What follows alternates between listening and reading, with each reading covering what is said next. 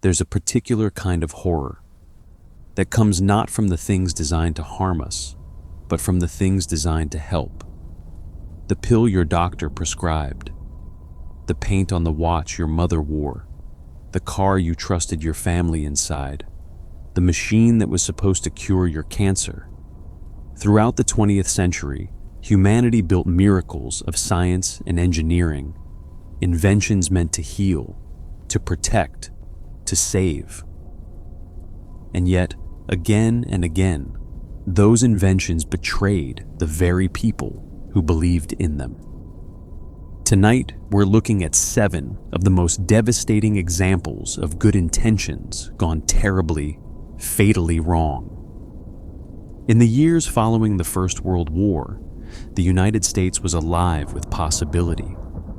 The war had ended, the economy was roaring, and for the first time in history, the average American could see in the dark, not because of any spiritual awakening, but because of a glowing, ghostly element called radium.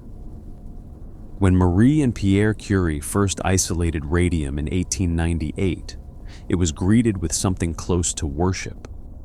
Newspapers ran headlines claiming that radium would extend human life to 100 years. It was added to face creams, health tonics, even toothpaste. Wealthy men drank vials of radium water, believing it would restore their vitality. The element glowed with a soft, ethereal blue-green light, and to the people of the early 20th century, that glow seemed like the very essence of health and energy. It seemed, quite literally, like bottled magic. By the mid-1910s and into the 1920s, one of radium's most popular applications was in the production of luminous watch and clock dials. The concept was simple and, at the time, revolutionary. Mix radium with zinc sulfide and a binding agent like gum arabic, and you had a paint that glowed in the dark. Soldiers in the trenches of World War I needed to read their watches at night, and the United States Radium Corporation in Orange, New Jersey was more than happy to provide. Other factories soon opened in Ottawa, Illinois, and Waterbury, Connecticut, all dedicated to the same task. And the workers they hired to paint those tiny numbers onto those tiny dials were, overwhelmingly, young women. These women, many of them teenagers, some as young as 14 or 15, were thrilled to get the job.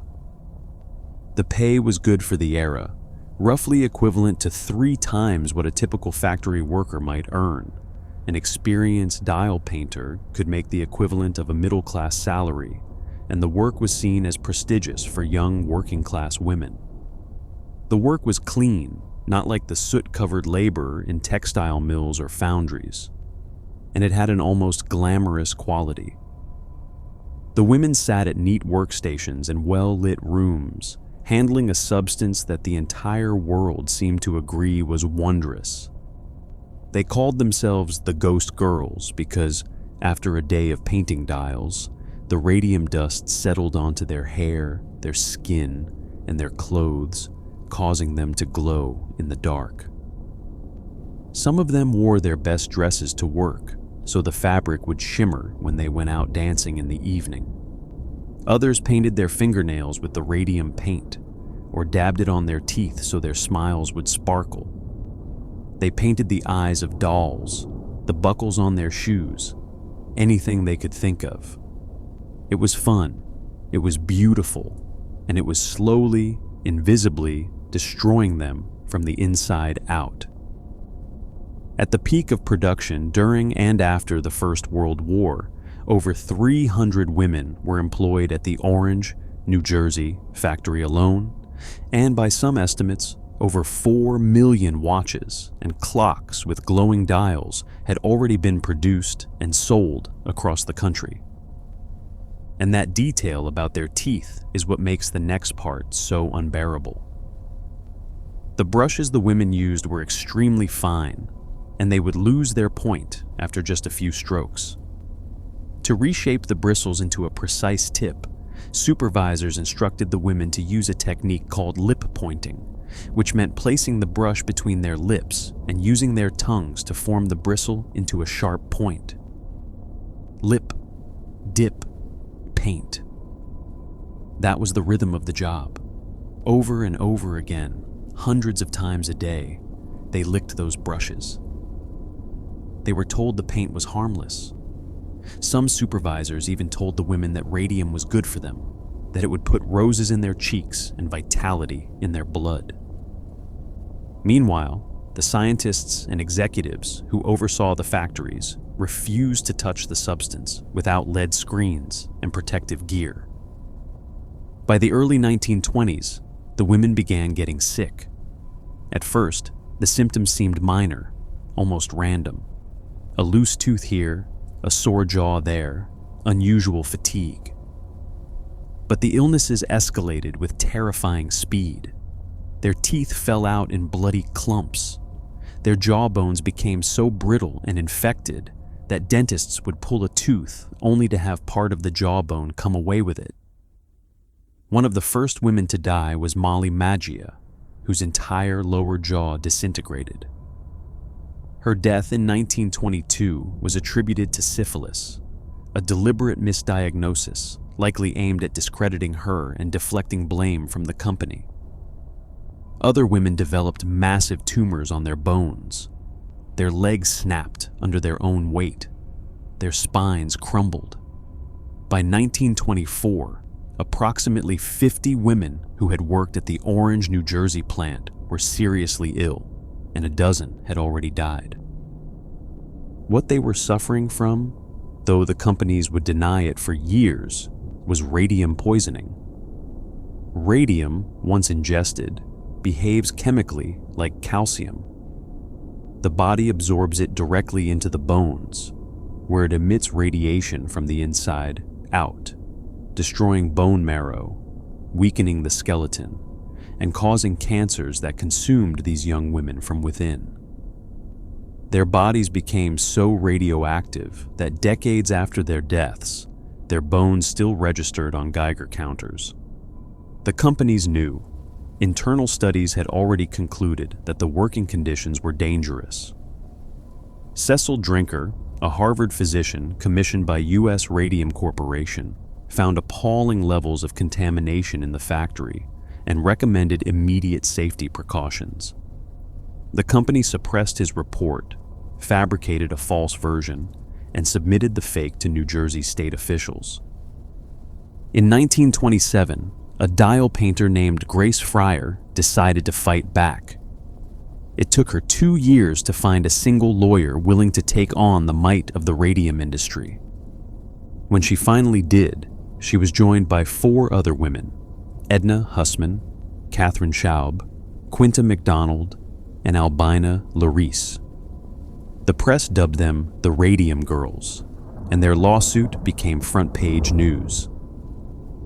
By the time of their first court appearance in January 1928, the women were so weak that 2 were bedridden, and none of them could raise their arms to take an oath. Their attorney told the court that these women had already been told they were dying, that every newspaper they picked up printed what amounted to their obituary. The company dragged the case out, hoping the women would die before a verdict could be reached. And in some cases, that strategy worked. But the publicity was devastating for U.S. Radium Corporation. The testimony of the women, who had to be carried into the courtroom, who could not raise their hands to take an oath, who described in quiet, trembling voices how their jaws had crumbled and their bones had snapped, electrified the nation. The press dubbed them the living dead, and the phrase was heartbreakingly accurate. The women ultimately accepted an out-of-court settlement, each receiving a modest sum and a small annuity along with payment of their medical expenses. It was a fraction of what they deserved, but it was all they could get while they were still alive to receive it. Grace Fryer died in 1933 at the age of 34. Catherine Schaub died the same year at 31. In Illinois, another group of women fought a parallel battle. Catherine Donahue, a dial painter from the Radium Dial Company in Ottawa, led a lawsuit against her employer even as her body was ravaged by cancer and her bones dissolved. She was carried into court on a stretcher, and her testimony, delivered while she lay dying, became one of the most powerful indictments of corporate negligence in American legal history. Donahue died in July 1938 at the age of 35. The final legal victory for the Illinois women came that October. The inventor of the luminous radium paint itself, Dr. Sabin Arnold von Sochacki, also died from radium poisoning in 1928, becoming the 16th known victim. His death, ironically, strengthened the women's legal case. The courage of the Radium Girls changed the world. Their case established for the first time in American legal history the principle that a company could be held responsible for the health of its workers, laying the groundwork for occupational safety laws that would eventually lead to the creation of the Occupational Safety and Health Administration decades later. The studies conducted on the Radium Girls' bodies, both living and dead, provided essential data on the effects of radiation on the human body, data that would prove critical during the atomic age, when the development of nuclear weapons and nuclear energy made understanding radiation exposure a matter of national security. Marie Curie herself, when she learned of the women's plight, called the practice of lip-pointing criminal, and she would know something about the cost of radium. She herself would die in 1934 of aplastic anemia caused by a lifetime of radiation exposure. Even today, the bones of the Radium Girls remain radioactive and will continue to be so for over 1,000 years. Now, the Radium Girls story is a tragedy of corporate deception. But what happens when the deception isn't from a factory floor, but from the very pharmaceutical companies we trust with the health of our unborn children? What happens when a pill marketed as perfectly safe for pregnant women turns out to be the most devastating teratogen the world has ever seen? In 1957, a small pharmaceutical company in West Germany called Chemie Grünenthal introduced a new sedative to the market. They called it Contergan, though the world would come to know it by its chemical name, thalidomide. The drug was marketed as a gentle, non-addictive sleeping pill, the kind of thing you could take for a restless night without worrying about dependence or side effects. It was available over the counter in Germany, no prescription needed, and Grünenthal promoted it aggressively in over 40 countries. Within 2 years, as many as 1 million West Germans were taking thalidomide daily. It was considered so safe that it was routinely recommended for pregnant women suffering from the nausea and insomnia of morning sickness. The appeal was understandable. In the 1950s, the most common sedatives were barbiturates, drugs that could easily be fatal in overdose. Thalidomide, by contrast, seemed miraculously benign. Laboratory tests showed that it was virtually impossible to take a lethal dose. You could swallow an entire bottle and survive. For a world still haunted by the dangers of barbiturate abuse, thalidomide seemed like a godsend. Grünenthal's advertising was bold and reassuring, calling it a safe sedative that could be given to anyone, from children to the elderly, without concern. And so doctors prescribed it freely, and pharmacists sold it confidently, and millions of people took it without a second thought. Among those millions were thousands of pregnant women who simply wanted a good night's sleep. By 1959, the first warning signs were appearing, but they were subtle and easily dismissed. Some adults reported numbness and tingling in their hands and feet, a condition called peripheral neuropathy. Grünenthal received complaints but downplayed them. Then, by the late 1950s, something far more alarming was happening in maternity wards across West Germany, the United Kingdom, Australia, and dozens of other countries. Doctors began delivering babies with catastrophic birth defects unlike anything they had ever seen. Infants were being born with shortened or entirely absent limbs, a condition known as phocomelia, where hands or feet projected directly from the shoulders or hips like the flippers of a seal. Others were born with malformed eyes, ears, or internal organs. Some had no ears at all. The severity of the deformities depended on exactly when, during pregnancy, the mother had taken the drug. Just a single tablet, taken between the 4th and 8th week of pregnancy, was enough to cause devastating harm. For a time, the medical community struggled to connect the dots. The birth defects appeared seemingly at random in different countries, at different hospitals, with no obvious common thread.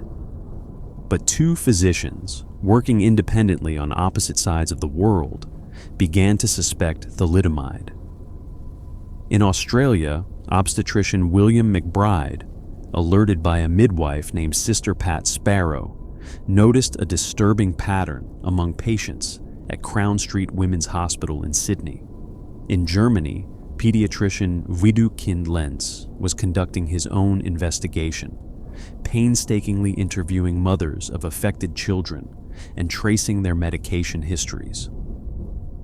By late 1961, both men had reached the same sickening conclusion.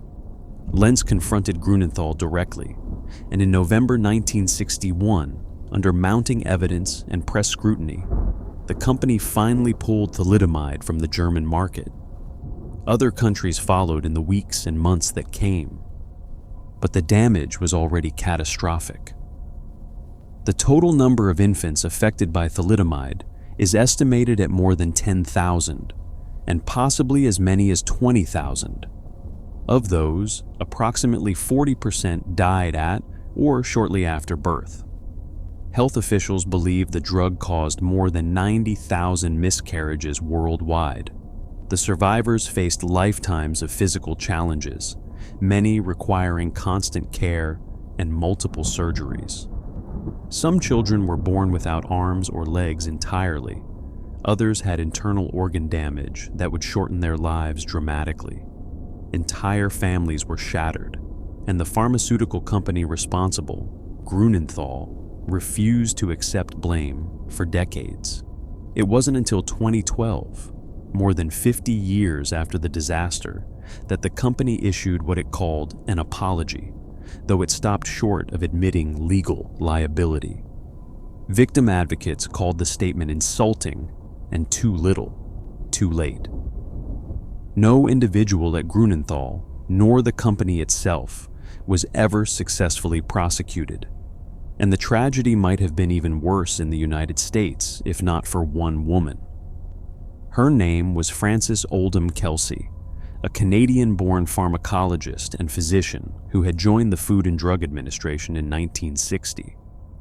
At the time, she was one of only 7 full-time physicians reviewing new drug applications for the agency, and she was brand new on the job. One of her very first assignments was reviewing the application from the American distributor, Richardson Merrill, to sell thalidomide in the United States under the brand name Kevidon. The company expected a quick, routine approval. The drug was already on sale in dozens of countries. It should have been a formality. But Kelsey was not satisfied. She found the company's safety data insufficient, their clinical testimonials unscientific, and their claims of harmlessness unpersuasive. The testimonials lacked proper scientific methodology, and she recognized some of the authors as having published suspicious research in the past. When she requested more evidence, the company grew hostile, calling her a petty bureaucrat and pressuring her superiors to overrule her. Richardson Merrill representatives made approximately 50 visits to her office over 18 months, trying to bully her into compliance. For 19 months, Kelsey held firm, blocking the application at every turn, resetting the 60-day review clock again and again with demands for more data.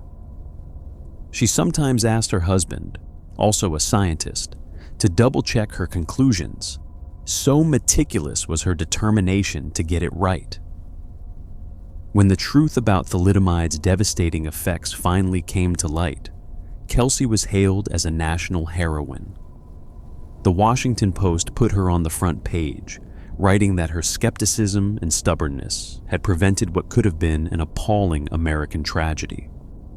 President John F. Kennedy personally awarded her the President's Medal for Distinguished Federal Civilian Service, making her only the second woman to receive the honor.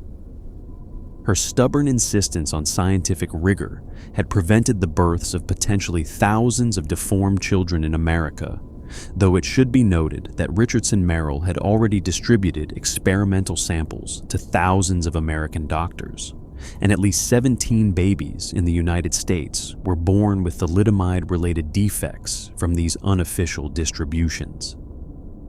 The thalidomide disaster led directly to the passage of the 1962 Kefauver-Harris Drug Amendment, fundamentally transforming how drugs are tested and approved in the United States and around the world, requiring for the first time that pharmaceutical companies demonstrate both safety and efficacy through rigorous clinical trials before a drug could be sold.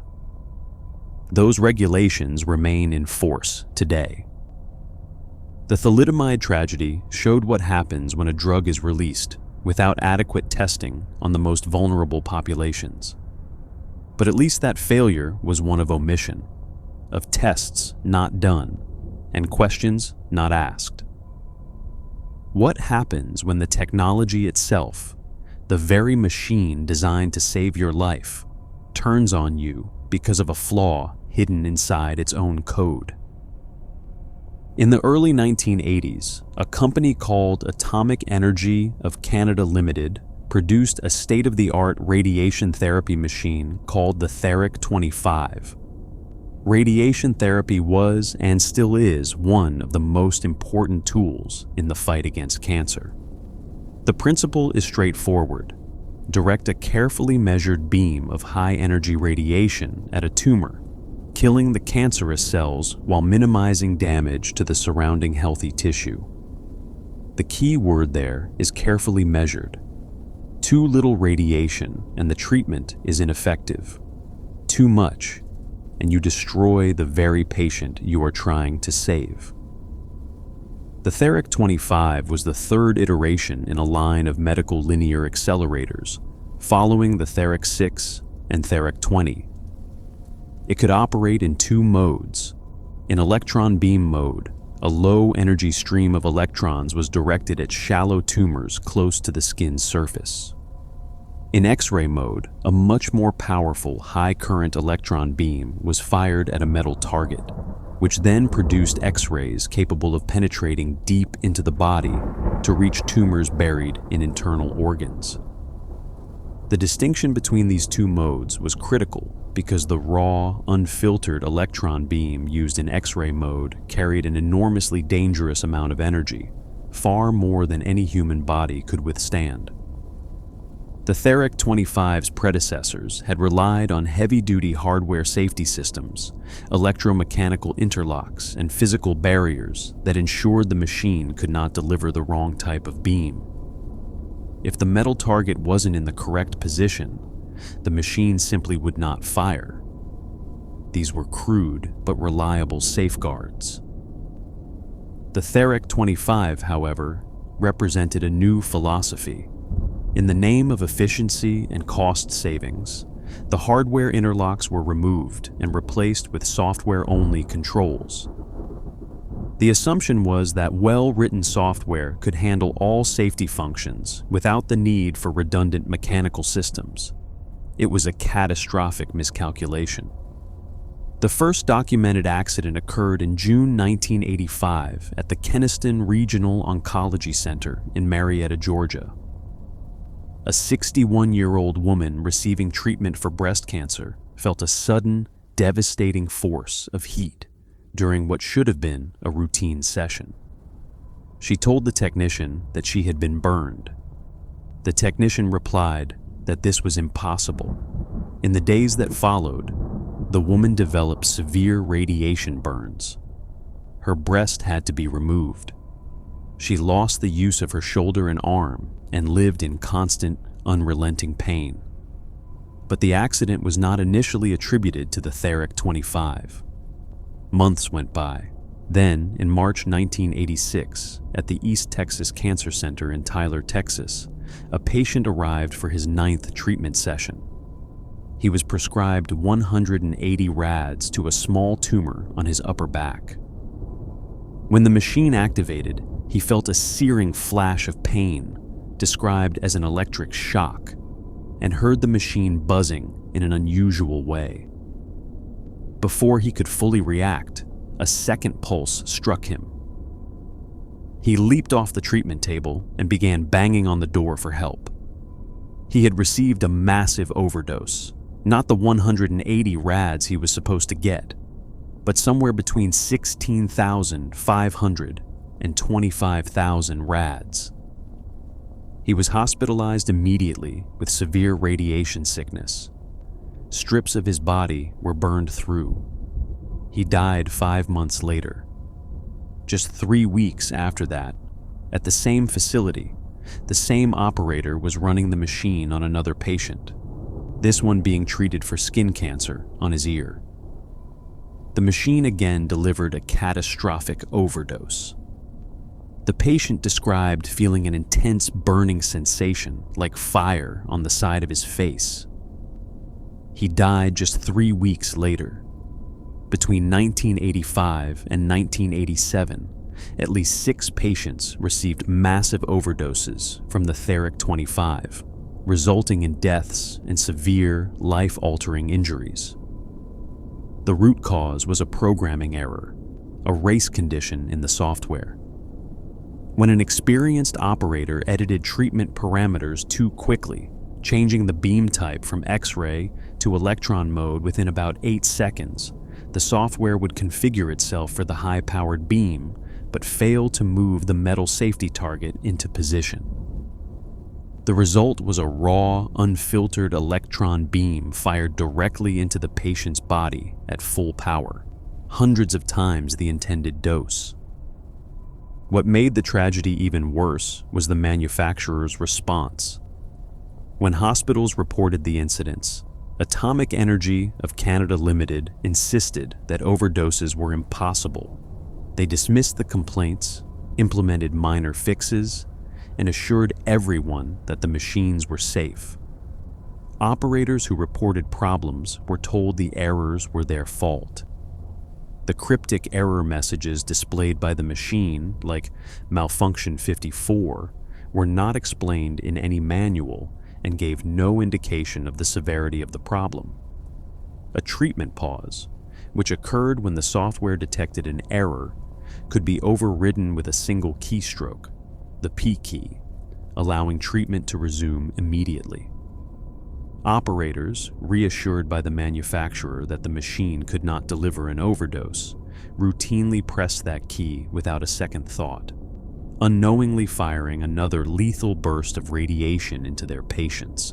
Other victims suffered in silence for months before the connection to the thalidomide was made.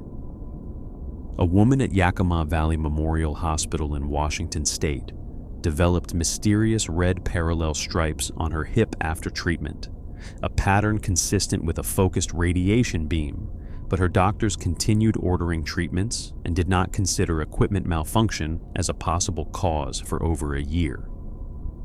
Another patient at a hospital in Hamilton, Ontario, received a massive overdose and died 4 months later.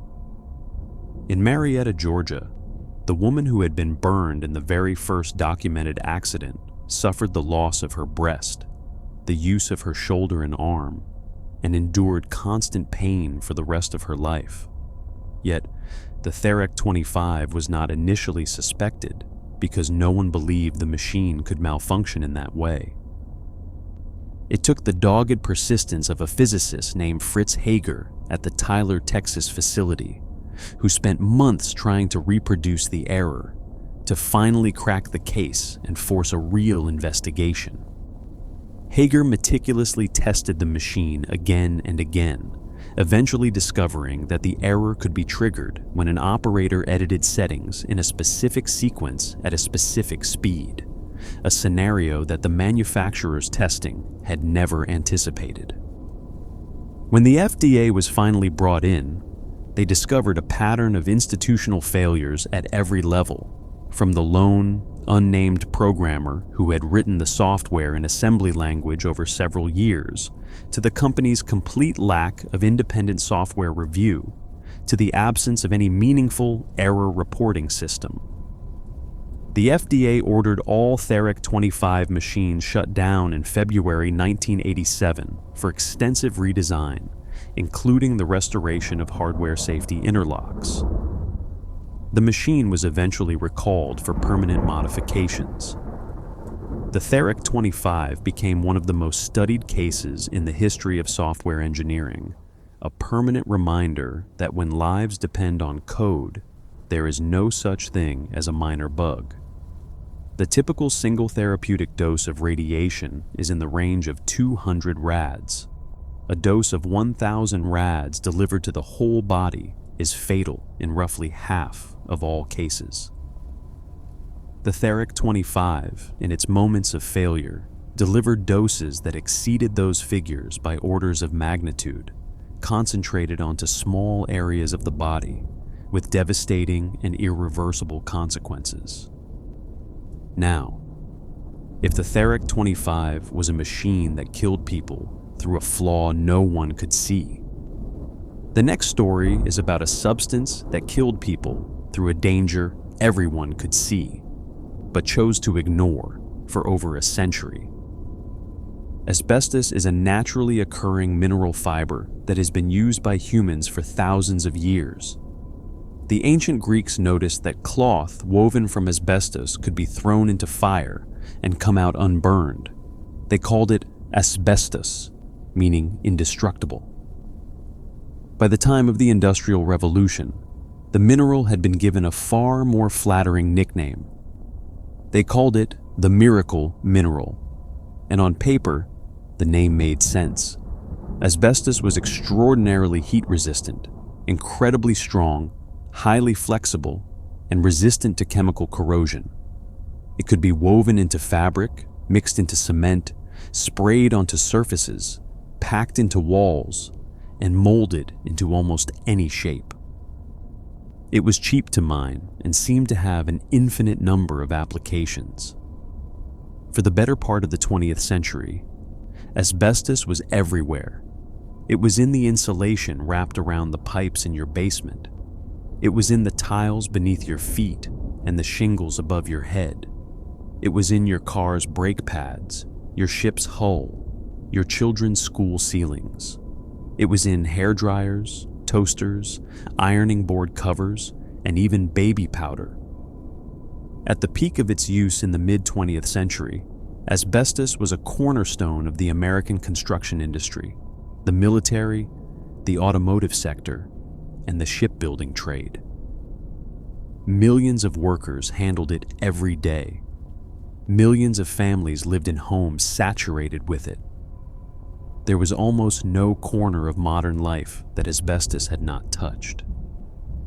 And almost from the very beginning, people were dying because of it. The first documented death linked to asbestos occurred in 1906 at Charing Cross Hospital in London, where a 33-year-old factory worker's autopsy revealed lungs choked with asbestos fibers. Similar reports emerged from Italy and France in the following years, and by the early 1900s, insurance companies in the United States and Canada had already begun raising premiums and reducing coverage for asbestos workers because they were dying so unusually young. In 1924, a British coroner named Dr. W.E. Cook officially reported a death from working with asbestos, and 3 years later he coined the term pulmonary asbestosis to to describe the lung disease caused by prolonged exposure. By the 1930s, American physicians were linking asbestos exposure to lung cancer. In 1935, a British pathologist named Stephen Gloyn became the first to suggest that working with asbestos caused mesothelioma. By the 1940s, the director of occupational cancer studies at the National Cancer Institute declared the connection between asbestos and lung cancer to be established. By the 1950s and 1960s, a groundbreaking study by J. Christopher Wagner in South Africa confirmed that asbestos caused mesothelioma, a rare and almost universally fatal cancer of the lining surrounding the lungs and other internal organs. His study examined 33 cases of the disease and found that 32 of them had probable asbestos exposure. The science was clear, and it had been clear for decades. In Germany, doctors were so convinced of asbestos's carcinogenic properties that the government had declared asbestos-related diseases compensable as early as the late 1930s.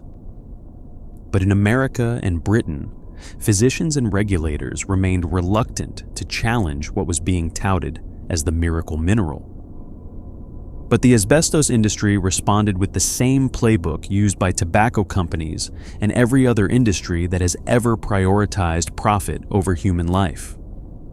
They suppressed research. They funded counter-studies designed to cast doubt. They pressured doctors not to publish their findings. Internal documents from major asbestos corporations revealed that company executives knew about the lethal dangers of their product as early as the 1930s and deliberately concealed the information from workers and the public. They calculated that it was more profitable to keep selling asbestos and deal with the lawsuits later than to stop production and protect human lives. The cruelty of asbestos-related disease lies in its patience.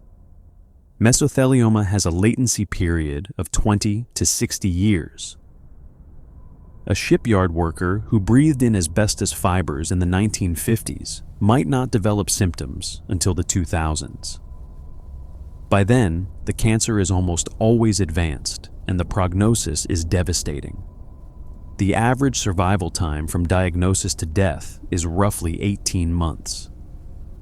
According to the World Health Organization, exposure to asbestos at work causes more than 200,000 deaths globally every year, representing over 70% of all deaths from work-related cancers.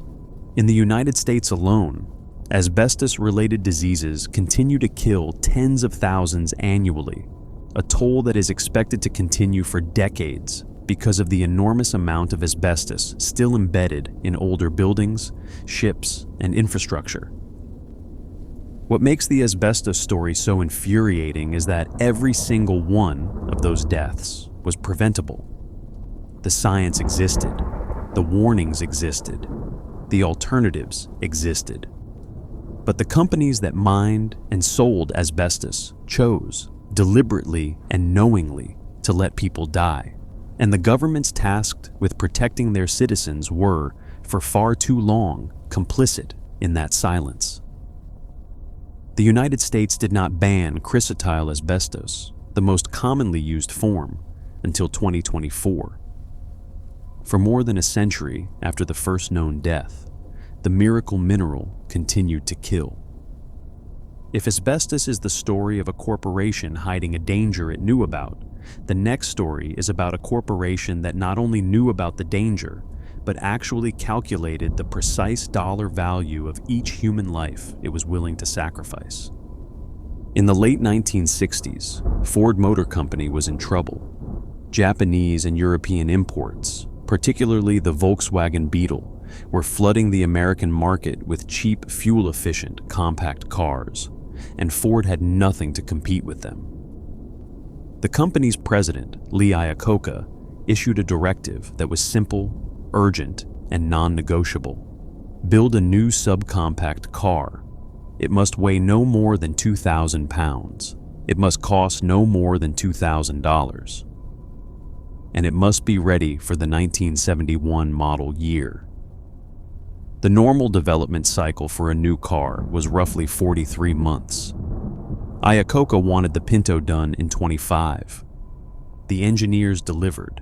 The Ford Pinto rolled off assembly lines beginning in 1970, and it sold well. Over the course of its 10-year production run, more than 3 million Pintos were manufactured. It was affordable, it was fuel efficient, and it looked perfectly normal sitting in driveways across America. But beneath the sheet metal, the Pinto carried a secret that Ford's own engineers had discovered before the car ever went on sale. In pre-production crash tests, the Pinto's fuel tank, which was positioned between the rear bumper and the rear axle, ruptured in every single test conducted at speeds above 25 miles per hour. The fuel tank's thin walls were pushed against protruding bolts on the rear differential, which punctured the metal and sent gasoline flooding onto the pavement. In a rear-end collision, even a relatively minor one, the Pinto could turn into a fireball. Ford's engineers identified the problem and proposed several inexpensive solutions. A rubber bladder could be installed to line the fuel tank, preventing leakage even if the metal was breached. The cost was between $5 and $8 per vehicle. A plastic shield could be placed between the tank and the differential bolts for as little as $1. A structural reinforcement could be added to the rear of the car for around $4. Ford owned a patent on a safer fuel tank design that would have solved the problem entirely. None of these solutions were implemented. None. Iacocca's mandate that the Pinto not exceed 2,000 pounds or $2,000 left no room for even the smallest safety addition. And the culture inside Ford at the time was unambiguous. An engineer who worked on the Pinto later recalled that no one dared bring safety concerns to Iacocca. Iacocca, who was fond of saying that safety doesn't sell, considered the topic taboo. What happened next has become one of the most infamous chapters in corporate history. Ford conducted a cost-benefit analysis, a cold mathematical calculation that weighed the cost of fixing every Pinto on the road against the projected cost of lawsuits from the people who would be burned alive inside them. The analysis estimated that fixing the fuel tank across 12.5 million vehicles would cost approximately $137 million. The benefits, which is to say the money Ford would save by preventing 180 burn deaths, 180 serious burn injuries, and 2,100 burned vehicles, was calculated at just $49.5 million. Each human life was assigned a value of $200,000, a figure provided by the National Highway Traffic Safety Administration. The math was simple. It was cheaper to let people die. The Pinto went on sale, and people died. Families were incinerated in their own cars after fender benders that, in any other vehicle, would have resulted in nothing more than a crumpled bumper. The doors of the Pinto were designed in such a way that they could easily jam after even a minor collision, trapping occupants inside as the leaking fuel ignited. Survivors described watching helplessly as flames engulfed the cabin. Estimates of the total burn deaths attributed to the Pinto's design flaw vary widely. The NHTSA documented at least 27 fire-related fatalities in rear-end collisions involving Pintos between 1970 and 1977, though investigators at Mother Jones placed the figure much higher, estimating between 500 and 900 burn deaths overall, people who would not have been killed or even seriously injured if the car had not burst into flames. In 1977, investigative journalist Mark Dowie published an exposé in Mother Jones magazine titled Pinto Madness, which revealed the existence of Ford's internal cost-benefit analysis and laid bare the company's calculated indifference to human life. The article called the Pinto a fire trap and a death trap, and accused Ford of placing a dollar value on human life. The article ignited a national firestorm. Richard Grimshaw, a 13-year-old boy who had been a passenger in a 1972 Pinto, struck from behind at just 28 miles per hour, suffered catastrophic burns over 90% of his body. His face was disfigured beyond recognition. He lost several fingers. He endured years of painful surgeries and skin grafts. A California jury, hearing the evidence of Ford's internal calculations, was so outraged that they awarded Grimshaw $125 million in punitive damages, a figure they specifically chose because it exceeded the total profit Ford had earned from the Pinto since its introduction, which was $124 million. They wanted Ford to feel it. The judge later reduced the award to $3.5 million, but the message was sent. In Indiana, Ford Motor Company was indicted on 3 counts of reckless homicide after 3 young women burned to death inside a Pinto. It was the first time in American history that a corporation had been charged with murder. Ford was ultimately acquitted, but in 1978, the company recalled 1.5 million Pintos for fuel system modifications. The damage to Ford's reputation and to the families of the dead was already done. Now, the Ford Pinto story is ultimately about a company that weighed human life against profit and chose profit. The next story is about something even more unsettling, a chemical that was sprayed across an entire country, on forests and farmland, in suburban neighborhoods, and directly onto children, all because the world believed it was saving them. In 1939, a Swiss chemist named Paul Hermann Müller made a discovery that would change the course of the 20th century. He found that a synthetic chemical compound called dichlorodiphenyltrichloroethane, thankfully shortened to DDT, was astonishingly effective at killing insects. It was potent, it was persistent, and it was cheap to manufacture. During World War II, DDT proved to be a lifesaver in the most literal sense of the word. Allied soldiers fighting in the South Pacific were dying not just from enemy fire, but from malaria, a disease transmitted by mosquitoes. DDT was deployed with devastating effectiveness against the mosquito populations, and the results were extraordinary. Entire regions were cleared of the disease. Typhus outbreaks among soldiers and refugees were halted. The chemical was so revered for its role in protecting Allied troops that, in 1948, Müller was awarded the Nobel Prize in Physiology or Medicine for his discovery. After the war, DDT entered civilian life with the force of a tidal wave. The United States government promoted it as the solution to virtually every insect problem imaginable.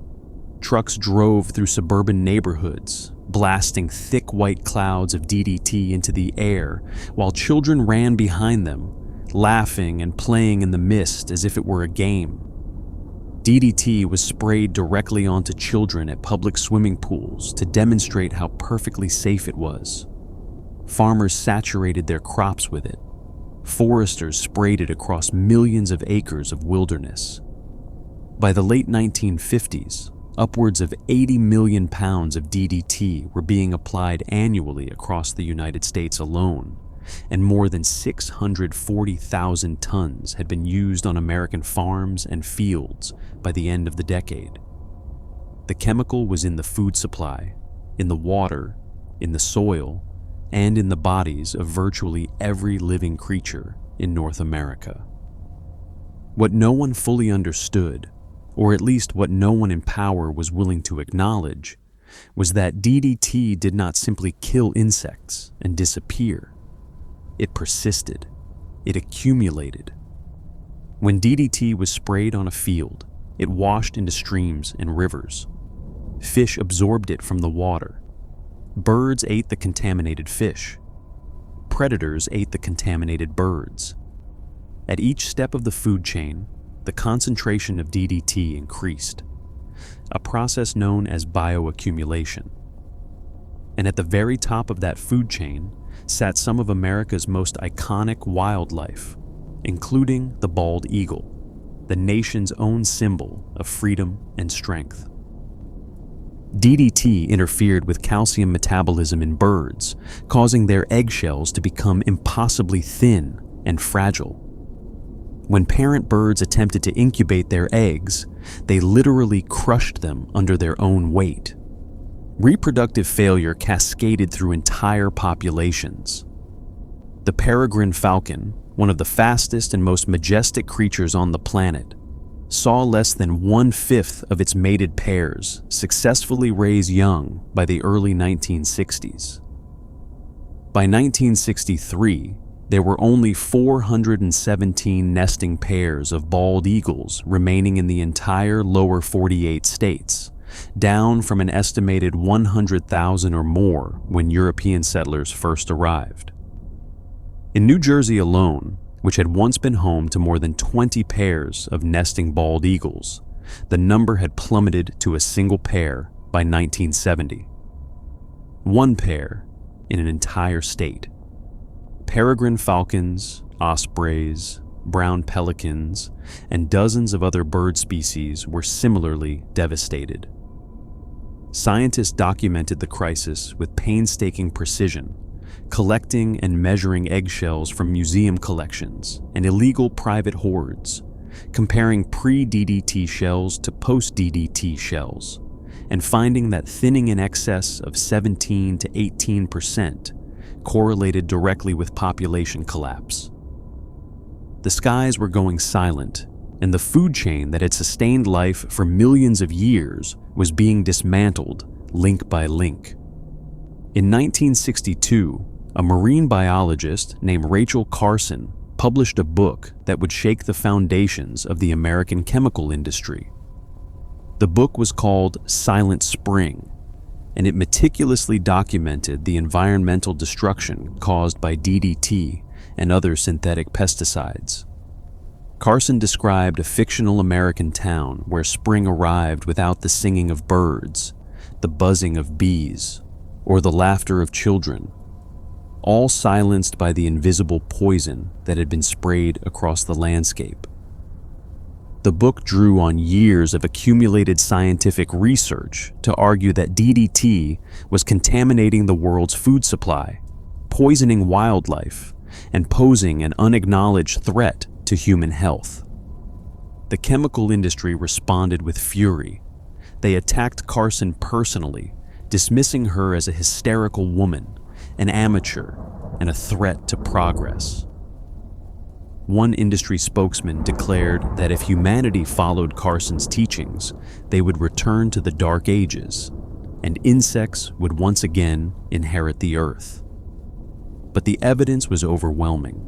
Studies had shown that DDT exposure was linked to liver damage, reproductive problems, and potential carcinogenic effects in humans. Women who had been exposed to high levels of DDT as children in the 1950s and 1960s were found to be 5 times more likely to develop breast cancer later in life. The chemical was so persistent that more than 50 years after its ban, traces of DDT are still found in human bodies, in homes, and in wildlife. In 1972, the Environmental Protection Agency, an agency whose very creation was inspired in part by the outcry that followed Silent Spring, banned DDT for agricultural use in the United States. The ban, combined with protections under the Endangered Species Act, allowed bald eagle populations to slowly recover. By 2007, there were over 10,000 nesting pairs in the lower 48 states, and the bald eagle was removed from the endangered species list. Today, that number has grown to over 71,000 nesting pairs. It is one of the great conservation success stories of the modern era, but it almost didn't happen. America's national bird came within a breath of extinction, not because of a natural disaster or an evolutionary dead end, but because humans sprayed a chemical on their children and called it safe.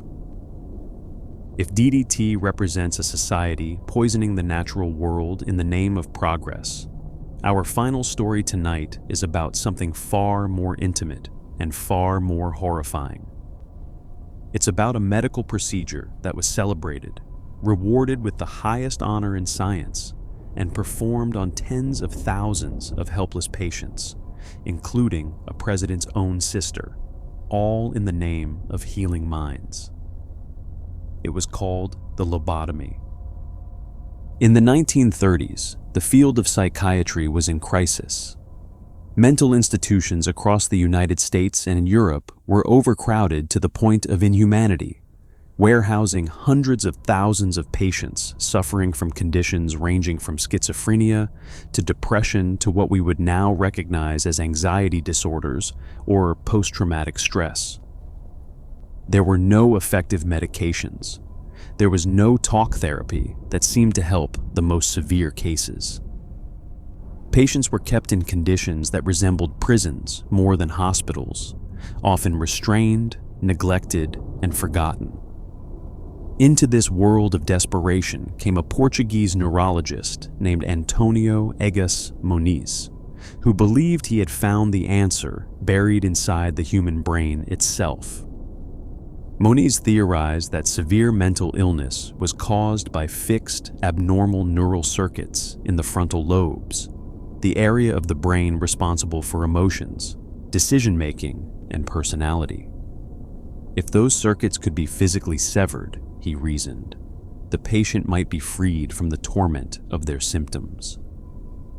In 1935, Moniz performed the first procedure he called a leucotomy, drilling 2 small holes in the patient's skull and injecting pure alcohol into the frontal lobe tissue to destroy the neural connections. He later refined the technique using a specially designed instrument called a leucotome to core out brain tissue. Moniz reported positive results in a significant percentage of his patients, claiming they were calmer, more manageable, and in some cases, cured. The medical world was electrified. Here, at last, seemed to be a physical cure for mental illness, something concrete and measurable in an era when psychiatry had nothing else to offer. Moniz published his findings to international acclaim, and in 1949, he was awarded the Nobel Prize in Physiology or Medicine for his invention of the procedure. That endorsement from the Nobel Committee gave the lobotomy an imprimatur of legitimacy that would have devastating consequences for decades to come. No one seized on Moniz's work with more enthusiasm than an American neurologist named Walter Jackson Freeman. Freeman was a man of enormous ambition, charisma, and ego, and he saw in the lobotomy an opportunity to transform psychiatry and cement his own legacy. In 1936, working with neurosurgeon James Watts, Freeman performed the first lobotomy in the United States on a woman named Alice Hood Hammett, who suffered from anxiety, insomnia, and depression. Over the next several years, Freeman and Watts performed hundreds of prefrontal lobotomies, drilling holes in patients' skulls and using instruments to sever the connections between the frontal lobes and the rest of the brain. Their published results claimed that 63% of patients improved, though even their own data showed that 23% were unchanged and 14% were worse. Among Freeman's most infamous patients was Rosemary Kennedy, the sister of future President John F. Kennedy. Rosemary was a beautiful, vivacious young woman who had dealt with learning disabilities and mood swings throughout her life. As she entered her 20s, her behavior became more erratic, and she sometimes sneaked away from her family's watchful eye. Her father, Joseph Kennedy, feared that Rosemary's behavior might cause a scandal that could derail his son's political ambitions. Without telling his wife, and allegedly without Rosemary's informed consent, Joseph authorized Freeman and Watts to perform a prefrontal lobotomy on his 23-year-old daughter in the summer of 1941. The procedure was catastrophic. Rosemary was left unable to walk or speak more than a few words. She was reduced, in essence, to the mental capacity of a toddler. She was sent to an institution in Wisconsin, where she would remain for the rest of her life until her death in 2005 at the age of 86. Her father never publicly acknowledged what had happened. The Kennedy family kept Rosemary's lobotomy a secret for decades. But Rosemary's tragedy did not slow Freeman down. In fact, it seems to have barely registered. By 1945, Freeman had grown impatient with the complexity and time requirements of the prefrontal lobotomy. He wanted something faster, something that didn't require a neurosurgeon or an operating room, something that any psychiatrist could perform on any patient in any setting. Inspired by the work of an Italian doctor named Amaro Fiamberti, who had experimented with accessing the brain through the eye socket, Freeman developed the transorbital lobotomy. The procedure was shockingly simple and brutally crude. Freeman would render the patient unconscious using a portable electroshock machine. He would then lift the patient's eyelid, place a thin, sharp instrument resembling an ice pick against the bony roof of the eye socket, and drive it through the thin bone with a mallet. Once inside the brain, he would sweep the instrument laterally, severing the neural connections of the frontal lobe. He then repeated the process through the other eye. The whole thing took about 10 minutes. He did not wear gloves. He did not wear a mask. He often stopped mid-procedure to take photographs. Freeman's partner, James Watts, was horrified. The transorbital lobotomy abandoned everything Watts believed about surgical precision and patient safety. When Watts walked into their shared office one day to find Freeman standing over an unconscious patient with an ice pick lodged in her eye socket, he refused to assist and eventually severed their professional relationship entirely. But Freeman didn't need Watts anymore. The transorbital lobotomy was so quick and so simple that Freeman could perform it anywhere, and he did. He embarked on what amounted to a national barnstorming tour, traveling from state to state in a van, visiting psychiatric hospitals and performing lobotomies by the dozen, often for free as demonstrations. In July 1952, he performed 228 transorbital lobotomies in a 2-week period at a facility in West Virginia. Newspapers called it Operation Ice Pick. Freeman performed the procedure on patients as young as 7 years old. One of his youngest victims was Howard Dully, who was just 12 years old in 1960 when his stepmother, who found him difficult to manage, arranged for Freeman to lobotomize him. Howard survived the procedure physically, but spent years struggling to understand what had been done to him and why. He later wrote about his experience, describing the decades of confusion and loss that followed.